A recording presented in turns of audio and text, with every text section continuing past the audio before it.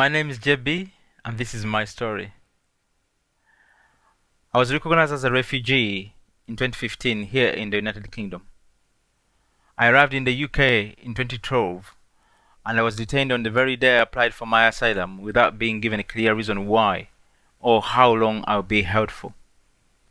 All they told me was, "We are taking you to a safe place where we shall work on your case very fast." But of course, as I later found out, none of that was the case, but I was yet to face something even worse than the persecution I was already running from back in my home country. Life in detention became my worst experience. But since I was released, I make it my business to fight for my brothers and sisters who are still stuck in detention today, in whatever little means I can. Not because I also pass through the same situation, not because it is the right thing to do, not because the whole system has failed us, and indeed not because it is a waste of taxpayers' money, but simply because as an asylum seeker, detention is the worst place I have ever been, especially when I needed help the most. It gives me nightmares knowing that another person has to go through the same experiences every day. But I believe we could put an end to this, and this can only be achieved by putting an end to indefinite detention. Put yourself in the shoes of those people fleeing their home countries to seek for refuge here in the UK or other neighboring countries. Once you make it here, you'd expect to get some sort of help or some sort of protection, right?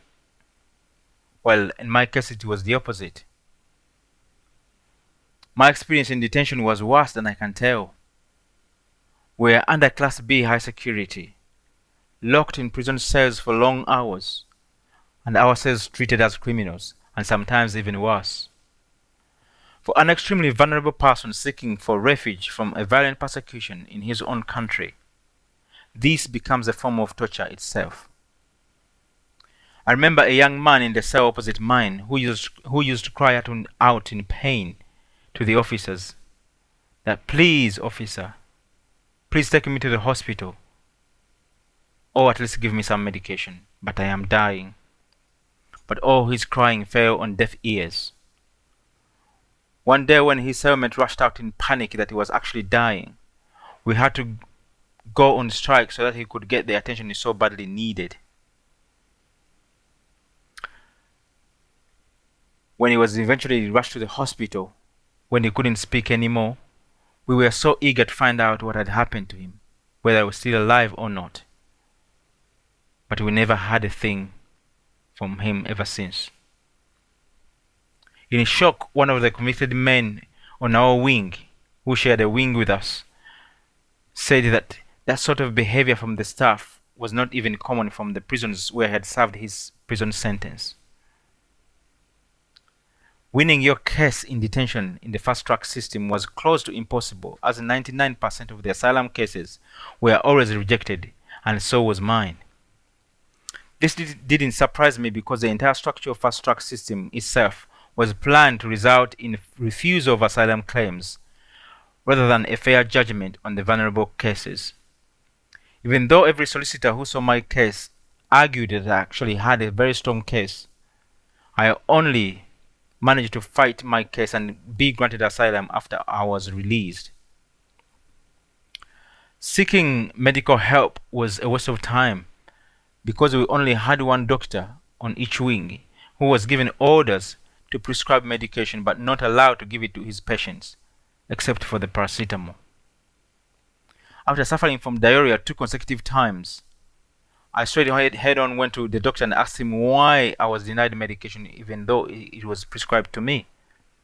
And this is what he had to say: "We fear people could take an overdose. Sorry, I can't give it to you." But I wasn't allowed to take it in his presence either, so I wondered why he was there in the first place. Eating anything was only possible with really strong motivation to try to eat. Not because we didn't want to, but because we were so depressed and traumatized by the whole situation in detention. Most of us went on a hunger strike to express our grief and dissatisfaction. at the way we were being treated, and also to protest being detained in the first place. Having to witness people committing and attempting suicide every day is in itself a form of torture, leaving you hopeless and helpless to have the mental capacity to fight your own case. It really feels as if there is a deliberate attempt to crush your mental capacity. This is only to mention but a few. But someone today might ask, has the situation actually changed for the better? I guess the answer to the golden question is no. These things still happen today in detention. And this is where we come on to call for an end to indefinite detention.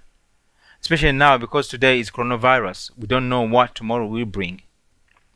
Imagine it costs the Home Office about £95 a day to keep a detainee behind bars. Because of the appalling conditions in detention, the Home Office has been taken to court by charities like Detention Action. As a result of one court case, detention was temporarily suspended on the grounds that the levels and standards were perverse. Of course, many cases go unanswered, like those who are unlawfully deported and those who take their own lives or face very serious medical conditions under this system. So please, help us see a better tomorrow and make a change once and for all by putting an end to indefinite detention. Thank you.